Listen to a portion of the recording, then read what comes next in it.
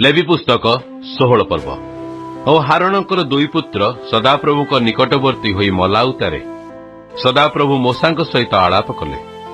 सदाप्रभु मूसा कहले, तुम्हें अपना भ्राता हारण को कुह जेपरी ताहार मृत्यु न हुए। एथिपाई विच्छेद वस्त्र भितर सिंधुकर उपरिस्थ पापाछेदन सम्मुखें पवित्र स्थान रे सर्वदा प्रवेश करिब नाही, कारण आम्भे पापाछेदन उपरे मेघरे दर्शन देबा। हारण पापार्थे एक गोवत्स और होमार्थे एक मेष संगे नहीं यही रूपे पवित्र स्थान रे प्रवेश करिब। से पवित्र शुभ्र जामा पिंधिब और देहरे शुभ्र जंघिया पिंधिब और शुभ्र कटिबंधनी कटिरे बांधिब और शुभ्र पागरे भूषित हेब। एही सब पवित्र वस्त्र एहेतु से जलरे अपना शरीर धौत करी ताहा सब पिंधिब। पुणी से इस्राएल संतान गणर मंडली पापार्थे दुई छाग और होमार्थे एक मेष नेब। आउ हारण आपणा निमंते पापार्थक बलिर जो गोवत्स ताकू आनी आपणा निमंते और आपणा घर निमंते प्रायश्चित करिब। तौ से दुई छाग नहीं समागम तंबुद्वार निकटरे सदाप्रभु सम्मुखें ठिया कराइब। पुणी हारण से दुई छाग मध्यरे गुलीबांट करिब। तहिंरु गोटिए सदाप्रभु निमंते अन्यटी त्याग निमंते हेब। पुणी जेउ छाग गुलीबांटरे सदाप्रभु निमंते हेब, हारण ताकू नहीं पापार्थे बलिदान करिब। मात्र जेउ छाग गुलीबांट द्वारा त्याग निमंते हेब, से जेपरी त्याग निमंते प्रांतर को पठा जाई पारिब, एथिपाई ता निमंते प्रायश्चित करिबाकू सदाप्रभु सम्मुखें ताकू जियंता ठिया कराइब। एउतार हारण आपणा निमंते पापार्थक बलिर जो गोवत्स ताकू आनी आपणा निमंते और आपणा घर निमंते प्रायश्चित करिब। पुणी आपणा पापार्थक बलिर से गोवत्स को बध करिब। आउ से सदाप्रभु सम्मुखस्थ बेदीरु प्रज्वलित अंगार धूपधानी रे पूर्ण करी और मुठिए चूर्ण सुगंधी धूप नहीं विच्छेद वस्त्रर भितरकू जीव। सदाप्रभु सम्मुखें अग्नि रूपरे से सुगंधी धूप देव। तहिरे साक्ष्य सिंधुकर उपरिस्थ पापाछेदनर धूमर धूप मेघरे आच्छन्न हेले से मरिब नाही। तहु से गोवत्सर किछि रक्त नहीं पापाछेदनर पूर्व आड़े अंगुली द्वारा छिंचिब। पुणी पापाछेदनर सम्मुखें अंगुली द्वारा 7 थर से रक्त छिंचिब। ए उतारे से लोकमानकर पापार्थक बलिर छाग नहीं बध करिब और ताहार रक्त विच्छेद वस्त्रर भितरकू आनी जेपरी गोवत्स रक्त नहीं करि पारिथिला सेपरी तार रक्त नहीं करिब। अर्थात पापाछेदन उपरे और पापाछेदनर सम्मुखें ता छिंचिब। पुणी इस्राएल संतान गणर अशौच और सेमानक अधर्म अर्थात सेमानकर समस्त पाप सकाशु से पवित्र स्थान निमंते प्रायश्चित करिब। पुणी सेमानक अशौच मध्यरे सेमानक सहित बास करई जेउ समागम तंबू ताहा निमंते सेही प्रकार करिब। आउ से प्रायश्चित करिबा निमंते पवित्र स्थान रे प्रवेश करिबा समयावधि जे पर्यंत बाहर होई नाही, पुणी आपणा निमंते और आपणा घर निमंते और इस्राएल समस्त समाज निमंते प्रायश्चित करि नाही, से पर्यंत समागम तंबुरे कौनसी मनुष्य रहिब नाही। आउ से बाहर होई सम्मुख स्थित बेदी पाखकू जाही तही निमंते प्रायश्चित करिब। पुणी से गोवत्सर किछि रक्त और छागर किछि रक्त नहीं बेदीर श्रृंग उपरे चारिआडे देव। पुणी से रक्तरु किछि नहीं अंगुली द्वारा 7 थर छिंची ता सूची करिब और इस्राएल संतान गणर अशौचरु ता सूची करिब। एही प्रकार से पवित्र स्थान और समागम तंबू और बेदी निमंते प्रायश्चित करि सारिला उतारे से जियंता छाग को आनिब।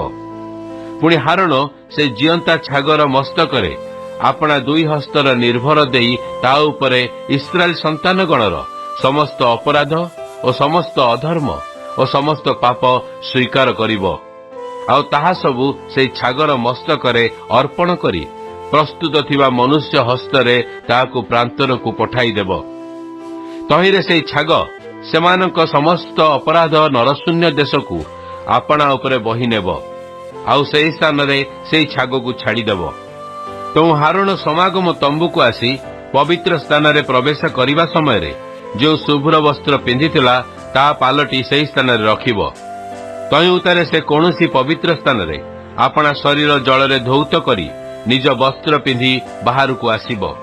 ପୁଣି ଆପଣାର ହୋମବଳି ଓ ଲୋକମାନଙ୍କର ହୋମବଳି ଉତ୍ସର୍ଗ କରି ଆପଣା ନିମନ୍ତେ ଓ ଲୋକମାନଙ୍କ ନିମନ୍ତେ ପ୍ରାୟଶ୍ଚିତ କରିବ। ଆଉ ସେ ପାପାର୍ଥକ ବଳିର ମେଦ ବେଦୀରେ ଦଗ୍ଧ କରିବ। ପୁଣି ଯେଉଁ ଲୋକ ତ୍ୟାଗର ଛାଗକୁ ଛାଡ଼ିଦିଏ ସେ ଆପଣା ବସ୍ତ୍ର ଧୋଇ ଜଳରେ ସ୍ନାନ କରିବ। ତହିଁ ଛାଉଣିକି ଆସିବ। ପୁଣି ପାପାର୍ଥକ ବଳିର ଯେଉଁ ଗୋବତ୍ସର ଓ ପାପାର୍ଥକ ବଳିର ଯେଉଁ ଛାଗର ରକ୍ତ ପ୍ରାୟଶ୍ଚିତ କରଣାର୍ଥେ ପବିତ୍ର ସ୍ଥାନକୁ ଅଣାଯାଇଥିଲା, ଲୋକମାନେ ସେଗୁଡ଼ିକୁ ଛାଉଣି ବାହାରକୁ ନେଇଯାଇ ସେଗୁଡ଼ିକର ଚର୍ମ ଓ ମାଂସ ଓ ମଳ ଅଗ୍ନିରେ ଦଗ୍ଧ କରିବେ। ପୁଣି ଯେଉଁ ଲୋକ ତାହା ଦଗ୍ଧ କରିବ ସେ ଆପଣା ବସ୍ତ୍ର ଧୋଇବ ଓ ଜଳରେ ସ୍ନାନ କରିବ। ତହିଁ ସେ ଛାଉଣି ଭିତରକୁ ଆସିବ। ତୁମ୍ଭମାନଙ୍କ ନିମନ୍ତେ ଏହା ଅନନ୍ତକାଳୀନ ବିଧି ହେବ। ସପ୍ତମ ମାସରେ ଓ ସେହି ମାସର 10ମ ଦିନରେ ସ୍ୱଦେଶୀୟ ବା ତୁମ୍ଭମାନଙ୍କ ମଧ୍ୟରେ ପ୍ରବାସୀ ବିଦେଶୀୟ ଲୋକ ହେଉ, ତୁମେମାନେ ଆପଣାମାନଙ୍କ ପ୍ରାଣକୁ କ୍ଲେଶ ଦେବ ଓ କୌଣସି ପ୍ରକାର କର୍ମ କରିବ ନାହିଁ। କାରଣ ସେହି ଦିନରେ ତୁମ୍ଭମାନଙ୍କୁ ସୂଚୀ କରିବା ନିମନ୍ତେ ତୁମ୍ଭମାନଙ୍କ ପାଇଁ ପ୍ରାୟଶ୍ଚିତ କରାଯିବ। ତୁମେମାନେ ସଦାପ୍ରଭୁଙ୍କ ସମ୍ମୁଖରେ ଆପଣା ଆପଣାର ସକଳ ପାପରୁ ପରିଷ୍କୃତ ହେବ। ତାହା ତୁମ୍ଭମାନଙ୍କ ପ୍ରତି ମହାବିଶ୍ରାମ ଦିନ। ତୁମ୍ଭେମାନେ ଆପଣା ଆପଣା ପ୍ରାଣକୁ କ୍ଲେଶ ଦେବ। ଏହା ଅନନ୍ତକାଳୀନ ବିଧି। ପୁଣି ପିତାର ବଦଳେ ଯାଜକତ୍ୱର ପଦରେ ଯିଏ ଅଭିଷିକ୍ତ ଓ ନିଯୁକ୍ତ ହେବ, ସେହି ଯାଜକ ପ୍ରାୟଶ୍ଚିତ କରିବ ଓ ଶୁଭ୍ର ବସ୍ତ୍ର ଅର୍ଥାତ୍ ପବିତ୍ର ବସ୍ତ୍ର ସବୁ ପିନ୍ଧିବ। ଆଉ ସେ ପବିତ୍ର ସ୍ଥାନ ନିମନ୍ତେ ପ୍ରାୟଶ୍ଚିତ କରିବ ଓ ସମାଗମ ତମ୍ବୁ ଓ ବେଦୀ ନିମନ୍ତେ ପ୍ରାୟଶ୍ଚିତ କରିବ। ଆଉ ସେ ଯାଜକଗଣ ନିମନ୍ତେ ଓ ସମାଜର ସମସ୍ତ ଲୋକ ନିମନ୍ତେ ପ୍ରାୟଶ୍ଚିତ କରିବ। ପୁଣି ଇସ୍ରାଏଲ ସନ୍ତାନଗଣ ନିମନ୍ତେ ସେମାନଙ୍କର ସମସ୍ତ ପାପ ସକାଶୁ ବର୍ଷ ମଧ୍ୟରେ ଏକଥର ପ୍ରାୟଶ୍ଚିତ କରିବାର ତୁମମାନଙ୍କ ପ୍ରତି ଅନନ୍ତକାଳୀନ ବିଧି ହେବ। ତହୁଁ ସେ ମୋଶାଙ୍କ ପ୍ରତି ସଦାପ୍ରଭୁଙ୍କ ଆଜ୍ଞାନୁସାରେ କର୍ମ କଲେ। ଲେବୀ ପୁସ୍ତକ 17 ପର୍ବ। ଅନନ୍ତର ସଦାପ୍ରଭୁ ମୋଶାଙ୍କୁ କହିଲେ, ତୁମ୍ଭେ ହାରଣକୁ ଓ ତାହାର ପୁତ୍ରଗଣଙ୍କୁ ଓ ଇସ୍ରାଏଲ ସମସ୍ତ ସନ୍ତାନଗଣକୁ କୁହ, ସଦାପ୍ରଭୁ ଏହି ଆଜ୍ଞା ଦେଇଅଛନ୍ତି, ଇସ୍ରାଏଲ ବଂଶଜାତ କେହି ଯେ ଗୋରୁ କି ମେଷ କି ଛାଗ ଛାଉଣି ମଧ୍ୟରେ ବା ଛାଉଣି ବାହାରେ ବଧ କରେ, ମାତ୍ର ସଦାପ୍ରଭୁଙ୍କ ଆବାସ ସମ୍ମୁଖରେ ସଦାପ୍ରଭୁଙ୍କ ଉଦ୍ଦେଶ୍ୟରେ ଉପହାର ଉତ୍ସର୍ଗ କରିବା ପାଇଁ ସମାଗମ ତମ୍ବୁ ଦ୍ୱାର ନିକଟକୁ ତାହା ନ ଆଣେ, ତାହା ପ୍ରତି ରକ୍ତପାତର ଅପରାଧ ଗଣିତ ହେବ। ସେ ରକ୍ତପାତ କରିଅଛି, ସେହି ମନୁଷ୍ୟ ଆପଣା ଲୋକମାନଙ୍କ ମଧ୍ୟରୁ ଉଚ୍ଛିନ୍ନ ହେବ। ଏହେତୁ ଇସ୍ରାଏଲ ସନ୍ତାନଗଣ ଆପଣମାନଙ୍କର ଯେ ବଳି କ୍ଷେତ୍ରକୁ ନିଅନ୍ତି, ସେ ସମସ୍ତ ସଦାପ୍ରଭୁଙ୍କ ଉଦ୍ଦେଶ୍ୟରେ ସମାଗମ ତମ୍ବୁ ଦ୍ୱାରରେ ଯାଜକ ନିକଟକୁ ଆଣି ସଦାପ୍ରଭୁଙ୍କ ଉଦ୍ଦେଶ୍ୟରେ ମଙ୍ଗଳାର୍ଥକ ବଳିଦାନ ନିମନ୍ତେ ଉତ୍ସର୍ଗ କରିବେ। ପୁଣି ଯାଜକ ସମାଗମ ତମ୍ବୁ ଦ୍ୱାର ନିକଟରେ ସଦାପ୍ରଭୁଙ୍କର ବେଦୀ ଉପରେ ସେହି ରକ୍ତ ଛିଞ୍ଚିବ। ଆଉ ତୁଷ୍ଟିଜନକ ଆଘ୍ରାଣାର୍ଥେ ସଦାପ୍ରଭୁଙ୍କ ଉଦ୍ଦେଶ୍ୟରେ ମେଦ ଦଗ୍ଧ କରିବ।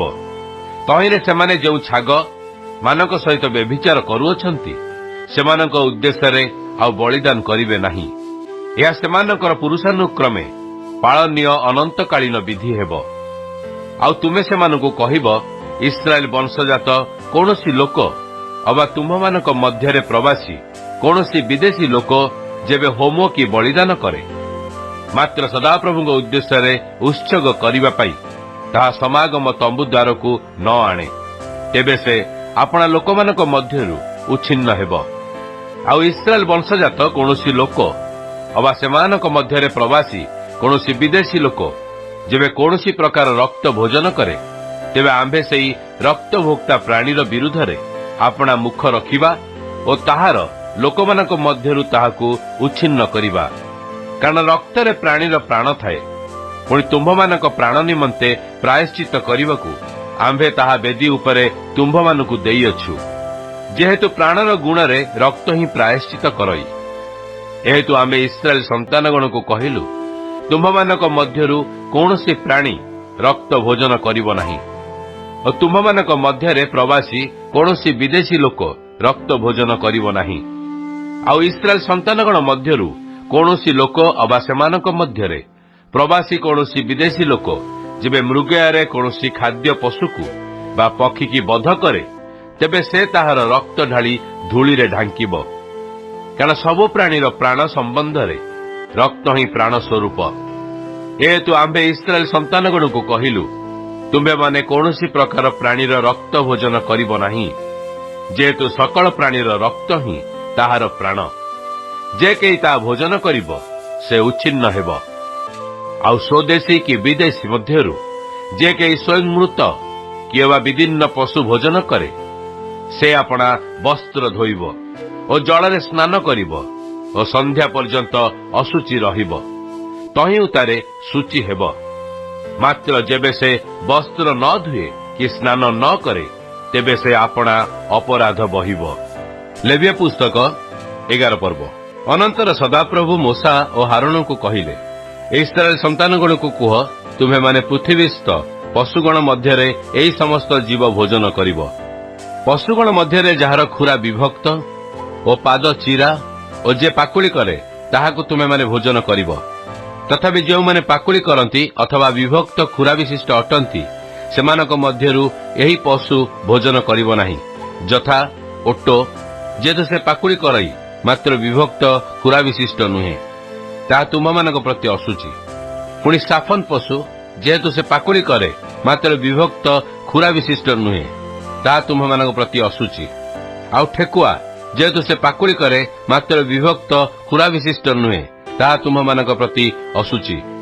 ପୁଣି ଶୂକର, ଯେହେତୁ ସେ ବିଭକ୍ତ ଖୁରା ଓ ଚିରା ପାଦ ବିଶିଷ୍ଟ ମାତ୍ର ପାକୁଳି କରେ ନାହିଁ, ତାହା ତୁମମାନଙ୍କ ପ୍ରତି ଅଶୁଚି। ତୁମେମାନେ ସେମାନଙ୍କ ମାଂସ ଭୋଜନ କରିବ ନାହିଁ, ସେମାନଙ୍କର ଶବ ସ୍ପର୍ଶ କରିବ ନାହିଁ, ସେମାନେ ତୁମମାନଙ୍କ ପ୍ରତି ଅଶୁଚି। ଜଳଜନ୍ତୁ ମଧ୍ୟରୁ ଏହିସବୁ ତୁମମାନେ ଭୋଜନ କରିବ। ଜଳରେ, ସମୁଦ୍ରରେ ଓ ନଦୀରେ ସ୍ଥିତ ଜନ୍ତୁ ମଧ୍ୟରେ ଯାହାର ଡେଣା ଓ କାତି ଅଛି ତାହା ତୁମେମାନେ ଭୋଜନ କରିବ। ମାତ୍ର ସମୁଦ୍ରରେ ଓ ନଦୀରେ ସ୍ଥିତ ସମସ୍ତ ଜଳଚର ଅବା ଜଳସ୍ଥିତ ପ୍ରାଣୀମାନଙ୍କ ମଧ୍ୟରେ ଯେଉଁମାନଙ୍କର ଡେଣା ଓ କାତି ନାହିଁ ସେମାନେ ତୁମମାନଙ୍କ ପ୍ରତି ଘୃଣାଯୋଗ୍ୟ ଅଟନ୍ତି। ଆଉ ସେମାନେ ତୁମମାନଙ୍କ ପ୍ରତି ଘୃଣାଯୋଗ୍ୟ ହେବେ। ତୁମେମାନେ ସେମାନଙ୍କ ମାଂସ ଭୋଜନ କରିବ ନାହିଁ, ପୁଣି ସେମାନଙ୍କର ଶବକୁ ଘୃଣା କରିବ। ଜଳଜନ୍ତୁ ମଧ୍ୟରେ ଯେଉଁମାନଙ୍କର ଡେଣା ଓ କାତି ନାହିଁ ସେ ସମସ୍ତ ତୁମମାନଙ୍କ ପ୍ରତି ଘୃଣାଯୋଗ୍ୟ। ଆଉ ପକ୍ଷୀଗଣ ମଧ୍ୟରୁ ଏହିସବୁ ତୁମମାନଙ୍କର ଘୃଣାଯୋଗ୍ୟ ହେବେ। ସେମାନେ ଖାଦ୍ୟ ନୁହନ୍ତି, ଉତ୍କର୍ଷ ଓ ହାଡ଼ଭଙ୍ଗା ଓ ବହିରି, ପୁଣି ବାଜ ଓ ଆପଣା ଜାତି ଅନୁସାରେ ଚିଲ, ପୁଣି ଆପଣା ଆପଣା ଜାତି ଅନୁସାରେ ସମସ୍ତ ଡାମରା କାଉ, ଉଷ୍ଟ୍ର ପକ୍ଷୀ, ତାମସ ପକ୍ଷୀ ଓ ସମୁଦ୍ର ଚିଲ ଆପଣା ଆପଣା ଜାତି ଅନୁସାରେ ଛଞ୍ଚାଣ, ପୁଣି କୋଷା ପକ୍ଷୀ ଓ ପାଣିକୁଆ ବଗ, ଦୀର୍ଘଗଳ ହଂସ, ପାଣି ଭେଳା ଓ ସାର୍ଗୁଣା, ପୁଣି ଚରଳ ଆପଣା ଆପଣା ଜାତି ଅନୁସାରେ, କଙ୍କ ଓ ଟିଟିର୍ଭ ଓ ଚାମଚିକା, ପୁଣି ଚାରିପାଦରେ ଗମନକାରୀ ପକ୍ଷ ବିଶିଷ୍ଟ ଜନ୍ତୁ ସକଳ ତୁମମାନଙ୍କର ଘୃଣାଯୋଗ୍ୟ ହେବେ। ତଥାପି ଚାରିପାଦରେ ଗମନକାରୀ ପକ୍ଷ ବିଶିଷ୍ଟ ଜନ୍ତୁ ମଧ୍ୟରେ ଭୂମିରେ ଡେଇଁବା ପାଇଁ ଯେଉଁମାନଙ୍କର ଗୋଡ଼ ନଳି ଦୀର୍ଘ ସେମାନେ ତୁମମାନଙ୍କର ଖାଦ୍ୟ ହେବେ। ଅର୍ଥାତ୍ ଆପଣା ଆପଣା ଜାତି ଅନୁସାରେ ପଙ୍ଗପାଳ ଓ ଆପଣା ଆପଣା ଜାତି ଅନୁସାରେ ବାଘୁଆ ଫଣ୍ଡିଙ୍ଗ ଓ ଆପଣା ଆପଣା ଜାତି ଅନୁସାରେ ଝିଙ୍କାରି ଓ ଆପଣା ଆପଣା ଜାତି ଅନୁସାରେ ଝିଣ୍ଟିକା, ଏହି ସକଳ ତୁମମାନଙ୍କର ଖାଦ୍ୟ ହେବେ। ମାତ୍ର ଏହା ଛଡ଼ା ଚାରିଗୋଡ଼ିଆ ଉଡ଼ନ୍ତା ସମସ୍ତ ପତଙ୍ଗ ତୁମମାନଙ୍କର ଘୃଣାଯୋଗ୍ୟ ହେବେ। ଆଉ ଏମାନଙ୍କ ଦ୍ୱାରା ତୁମେମାନେ ଅଶୁଚି ହେବ। ଯେ କେହି ସେମାନଙ୍କର ଶବ ଛୁଇଁବ ସେ ସନ୍ଧ୍ୟା ପର୍ଯ୍ୟନ୍ତ ଅଶୁଚି ରହିବ। ପୁଣି ଯେ କେହି ସେମାନଙ୍କର ଶବର କୌଣସି ଅଂଶ ବହିବ ସେ ଆପଣା ବସ୍ତ୍ର ଧୋଇବ ଓ ସନ୍ଧ୍ୟା ପର୍ଯ୍ୟନ୍ତ ଅଶୁଚି ରହିବ। ଯେସବୁ ଜନ୍ତୁର ଖୁରା ବିଭକ୍ତ ମାତ୍ର ପାଦ ଚିରା ନୁହେଁ କିମ୍ବା ଯେଉଁମାନେ ପାକୁଳି କରନ୍ତି ନାହିଁ ସେମାନେ ତୁମମାନଙ୍କ ନିକଟରେ ଅଶୁଚି। ଯେ କେହି ସେମାନଙ୍କୁ ଛୁଏଁ ସେ ଅଶୁଚି ହେବ। ପୁଣି ଚାରିଗୋଡ଼ିଆ ବନ ଜନ୍ତୁମାନଙ୍କ ମଧ୍ୟରେ ଯେଉଁମାନେ ତଳିପାରେ ଚାଲନ୍ତି ସେମାନେ ତୁମମାନଙ୍କ ପ୍ରତି ଅଶୁଚି। ଯେ କେହି ସେମାନଙ୍କର ଶବ ଛୁଇଁ ସେ ସନ୍ଧ୍ୟା ପର୍ଯ୍ୟନ୍ତ ଅଶୁଚି ରହିବ। ପୁଣି ଯେ କେହି ସେମାନଙ୍କ ଶବ ବହିବ ସେ ଆପଣା ବସ୍ତ୍ର ଧୋଇବ ଓ ସନ୍ଧ୍ୟା ପର୍ଯ୍ୟନ୍ତ ଅଶୁଚି ରହିବ। ସେମାନେ ତୁମମାନଙ୍କ ପ୍ରତି ଅଶୁଚି। ଆଉ ଭୂଚର ଉରଗାମୀ ଜନ୍ତୁମାନଙ୍କ ମଧ୍ୟରେ ଏହିସବୁ ତୁମମାନଙ୍କ ପ୍ରତି ଅଶୁଚି ହେବେ। ଖୋଲେଦ, ମୂଷା, ପୁଣି ଆପଣା ଆପଣା ଜାତି ଅନୁସାରେ ବଡ଼ ଏଣ୍ଡୁଅ, ଆଉ ଝିଟିପିଟି, ସ୍ଥଳ କୁମ୍ଭୀର ଓ ଏଣ୍ଡୁଅ ଓ ବାଲି ଏଣ୍ଡୁଅ ଓ ବହୁରୂପା। ଉରଗାମୀ ଜନ୍ତୁମାନଙ୍କ ମଧ୍ୟରେ ଏହି ସମସ୍ତ तुम्भमानक प्रति अशुचि हेबे। सेमाने मल्ले जे केही सेमानकु छुईब से संध्या पर्यंत अशुचि रहिब। सेमानक मध्यरु कोनोसी मड़ा कोनोसी द्रव्य उपरे पड़िले ताहा अशुचि हेब। काठपात्र कि वस्त्र कि चर्म कि अखा जे कोनोसी कर्मयोग्य पात्र उपरे पड़ई ता जलरे डुबाजिब आउ ता संध्या पर्यंत अशुचि रहिब। तहि उतारे ता शुचि हेब। पुणी कोनोसी माटी पात्र मध्यरे सेमानकर शव पड़िले तहि मध्य स्थित समस्त द्रव्य अशुचि हेब और तुमे माने ता भांगी पकाइब। पुणी जेउ सबु खाद्य द्रव्य उपरे जल थाए ता अशुचि हेब। पुणी सर्वप्रकार पात्र रे सर्वप्रकार पेय द्रव्य अशुचि हेब। पुणी जेकोसी द्रव्य उपरे सेमानकर शवर किछि पड़े ता अशुचि हेब। तंदुरु हेउ कि हांडी टांगरा हेउ ता भंगा जीव ता अशुचि अटे और ता तुम्भमानक प्रति अशुचि हेब। तथापि निर्झर किंबा जेउ कूपरे अनेक जल थाए ता शुचि हेब। मात्र जे सेमानकर शव छुए से अशुचि हेब। पुणी जेउ बिहन बुणा जीवाकु अछि तहि उपरे जेबे सेमानकर शवर किछि पड़े तेबे ता शुचि रहिब।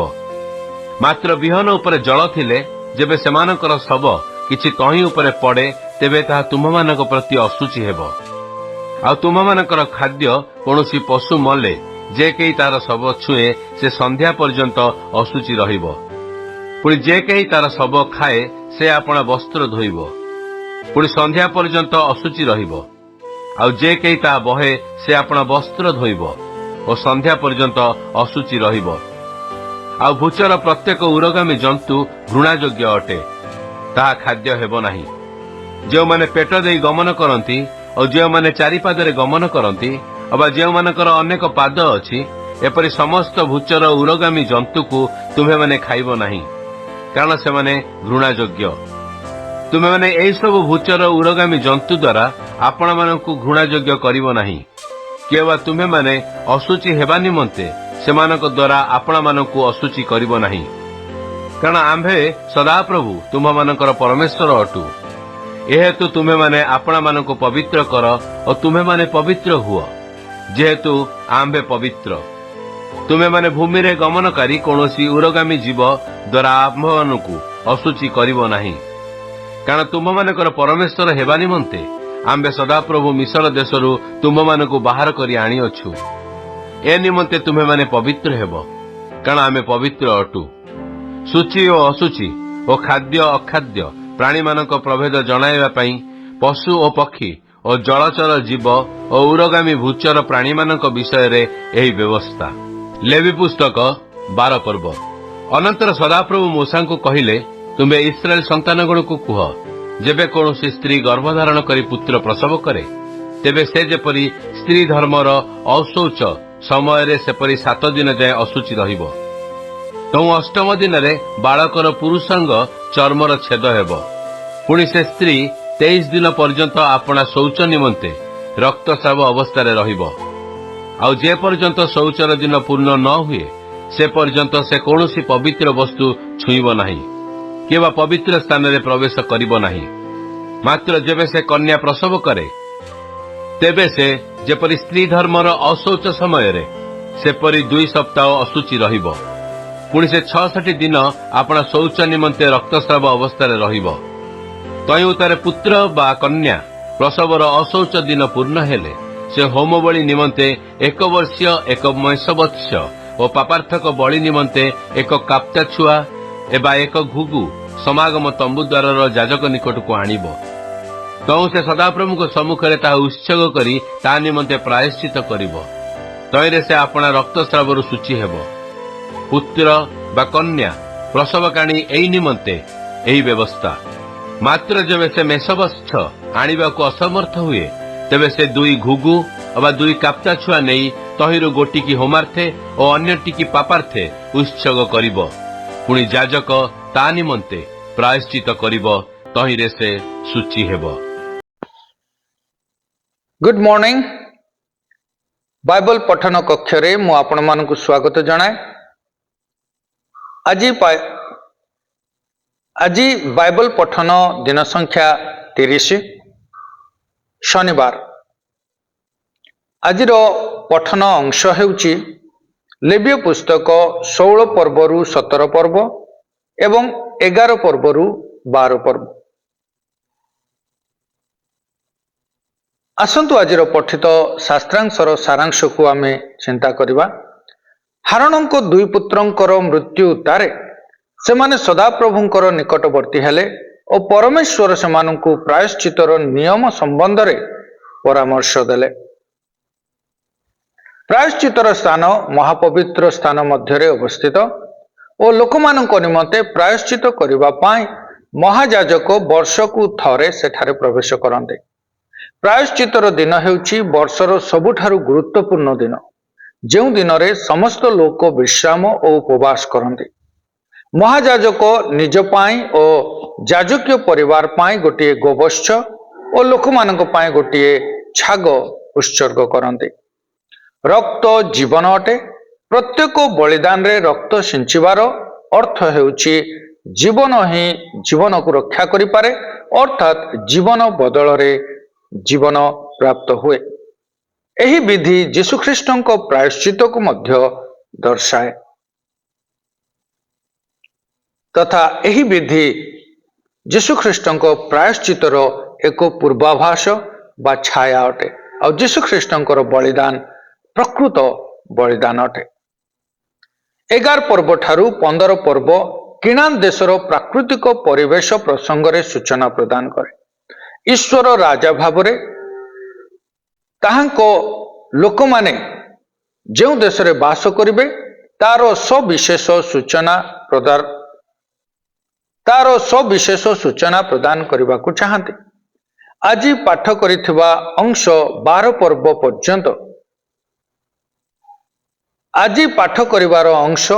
ପର୍ବ ପର୍ଯ୍ୟନ୍ତ ଓ ଅବଶିଷ୍ଟ ଅଂଶକୁ ପରବର୍ତ୍ତୀ ଦିନରେ ଆମେ ପାଠ କରିବା, ଯେଉଁଥିରେ ଲୋକମାନଙ୍କର ସ୍ୱାସ୍ଥ୍ୟ ଓ ମଙ୍ଗଳ ନିମନ୍ତେ କେଉଁ ଖାଦ୍ୟ ଭୋଜନ କରାଯାଇପାରେ ଓ କେଉଁ ଖାଦ୍ୟ ଭୋଜନ କରାଯାଇ ନପାରେ, ଶିଶୁ ଜନ୍ମ ସମ୍ବନ୍ଧୀୟ ନିୟମ, ସଂକ୍ରମକ ରୋଗ, କୁଷ୍ଠ ରୋଗ, ସ୍ତ୍ରୀ ରୋଗ, ପ୍ରମେହ ରୋଗ ଇତ୍ୟାଦି ସମ୍ବନ୍ଧୀୟ ସୂଚନା ଏହି ପୁସ୍ତକରେ ଦିଆଯାଇଛି। ଈଶ୍ୱର ଜଣେ ଦୟାଳୁ ପରମେଶ୍ୱର ଅଟନ୍ତି, ଯିଏ ତାହାଙ୍କ ଲୋକମାନଙ୍କ ଜୀବନର ସମସ୍ତ ବିଷୟର ଯତ୍ନ ନେଇଥାନ୍ତି। ଈଶ୍ୱର ଯିଏ ପ୍ରେମ ଅଟନ୍ତି, ସେ ଈଶ୍ୱରଙ୍କୁ ଯେଉଁମାନେ ତାହାଙ୍କର ରାଜା ଭାବରେ ମାନନ୍ତି, ଯେଉଁମାନେ ତାହାଙ୍କର ଉପାସନା କରନ୍ତି ଓ ଆନନ୍ଦରେ ତାହାଙ୍କର ବଶୀଭୂତ ହୁଅନ୍ତି, ସେ ସେମାନଙ୍କର ଯତ୍ନ ତତ୍ତ୍ୱ ନିଅନ୍ତି ଓ ସେ ସେମାନଙ୍କର ପ୍ରତ୍ୟେକ ପ୍ରୟୋଜନ ମଧ୍ୟ ସେ ଯୋଗାନ୍ତି। ଏହା ଥିଲା ଆଜିର ପଠିତ ଶାସ୍ତ୍ରାଂଶର ସାରାଂଶ। ପ୍ରଭୁ ଆମ ପ୍ରତ୍ୟେକଙ୍କୁ ଆଶୀର୍ବାଦ କରନ୍ତୁ।